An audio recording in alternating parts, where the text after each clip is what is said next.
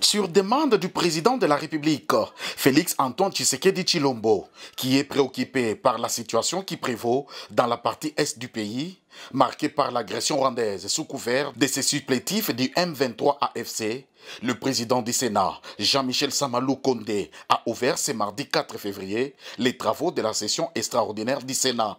Cette session extraordinaire comporte 2 points importants à son ordre du jour. Il s'agit de l'examen de la situation sécuritaire à l'est de la RDC, proposition des stratégies diplomatiques et politiques des sorties de crise et la présentation des 2 juges de la Cour constitutionnelle.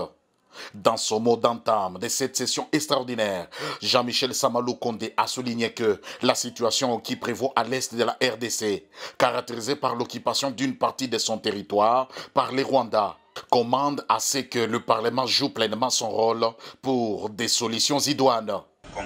Cet appel lancé à la nation tout entière, particulièrement nos jeunes, s'adresse également au Parlement. Je vous engage, honorables sénatrices et sénateurs, chers collègues, à ne ménager aucun effort, chacun en ceux qui le concernent, pour que nos travaux puissent réellement contribuer aux stratégies de sortie de crise. Nous tous, collectivement comme nation, et chacun de nous, de manière singulière, quelle que soit sa province ou son bord politique, est affecté dans son corps et dans son âme par cette situation sécuritaire aggravée et ses conséquences funestes.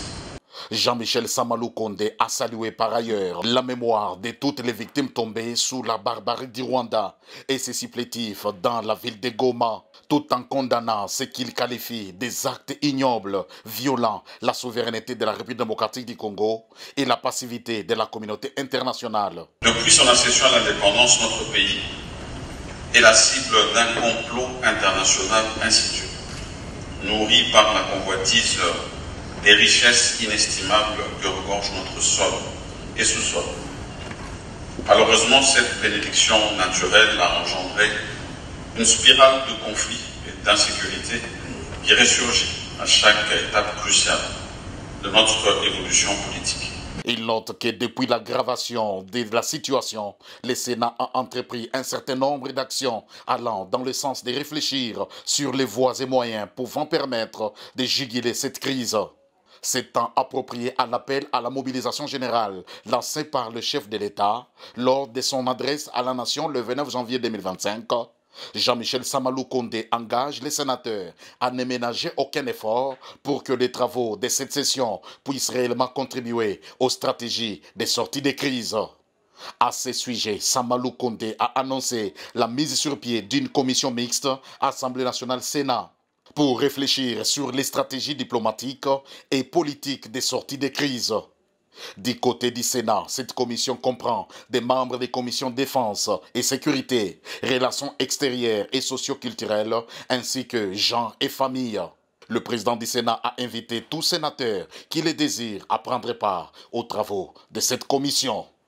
Signalons enfin que la suite des travaux de cette plénière inaugurale de la session extraordinaire s'est déroulée à huis clos. C'est après une motion de la sénatrice Vicky Katoumoua qui voudrait que cette matière relevant de la sécurité du pays ne soit pas traitée publiquement.